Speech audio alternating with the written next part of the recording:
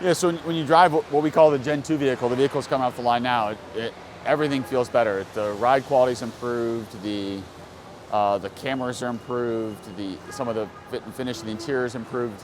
And while we took a lot of content out in terms of part count or part simplification, really that wasn't something that's customer facing. The customer facing aspects of the vehicle are a lot better.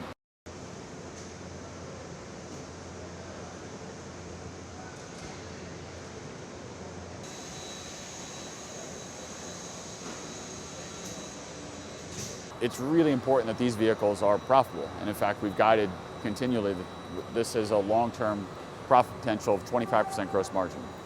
And so driving towards that 25% gross margin not only illustrates to investors, to our suppliers, the profitability potential of us as a business, but it starts to produce positive cash flow that helps support the ramp up of R2, helps support the ramp up and scale up of the rest of the business.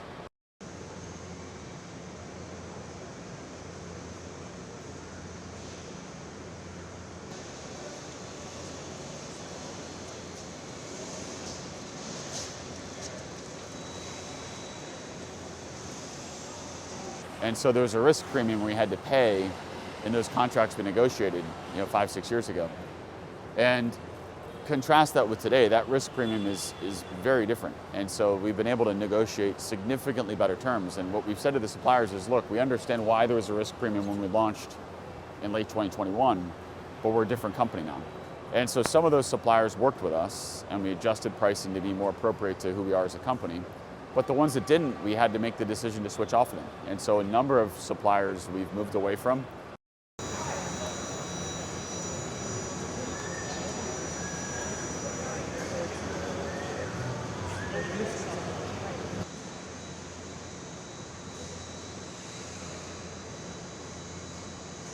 The election cycle doesn't impact our vision for the business or our long-term strategy. Certainly, the outcomes of the election will have different pushes and pulls on the policies around trade, policies around supporting purchase of EVs.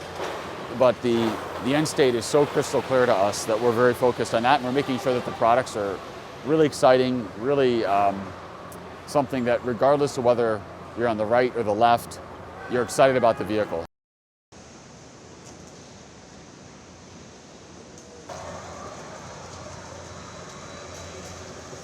Gen 1 was our first vehicle that we designed. So from an overall R&D, building the facility here, getting it into market, we were not profitable. But as we continue to get more efficient with Gen 1 and now with Gen 2, Gen 2 really unlocks that ability and really unlocks that path to profitability for us to be profitable on our vehicles, on every single vehicle that's rolling out the door.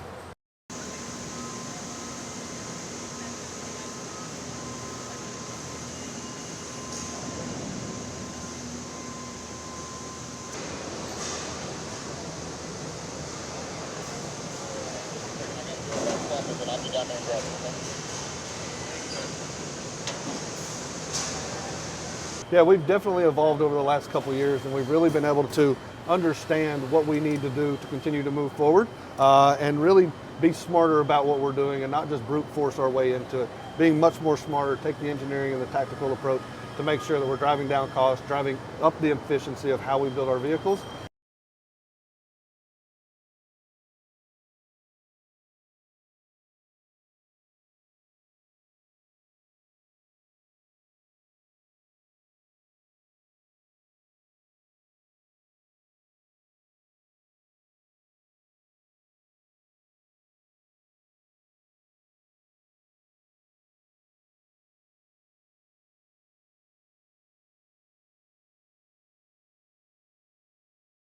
So 544 less parts, Gen 1 to Gen 2, which allows us to take the overall labor content out of the vehicle.